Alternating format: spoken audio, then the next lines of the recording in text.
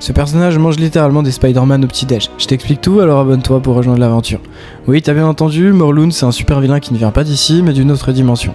Il appartient à une race d'êtres appelés les héritiers, des chasseurs interdimensionnels. Les héritiers se nourrissent de totems d'araignées, c'est-à-dire que leur but est de chasser et détruire les Spider-Man à travers le multivers. Morlun est un prédateur et Spider-Man c'est son gibier préféré. Morlun est l'un des rares ennemis capables de vaincre Spider-Man, et ce, pas seulement à cause de sa force brute, non, il se nourrit de l'énergie vitale de son ennemi, ce qui lui donne une force terrifiante. Leur premier face-à-face est un véritable carnage. C'est dans The Amazing Spider-Man numéro 30 que Morlun fait sa première apparition. Il laisse Peter dans un état pitoyable. Ce qu'il fait à Spider-Man, c'est pas juste de la violence physique. Il se nourrit de l'énergie vitale de son adversaire et chaque coup qu'il donne vole un peu plus de la force de Spider-Man, jusqu'à ce qu'il soit à 2 doigts de la mort. Morlun et ses héritiers, c'est en partie lié à une ancienne légende et à Ezekiel Sins. Ce dernier, un mystérieux milliardaire possédant aussi des pouvoirs d'araignée, affirme que les pouvoirs de Spider-Man sont plus anciens qu'il n'y paraît et qu'ils viennent d'une malédiction.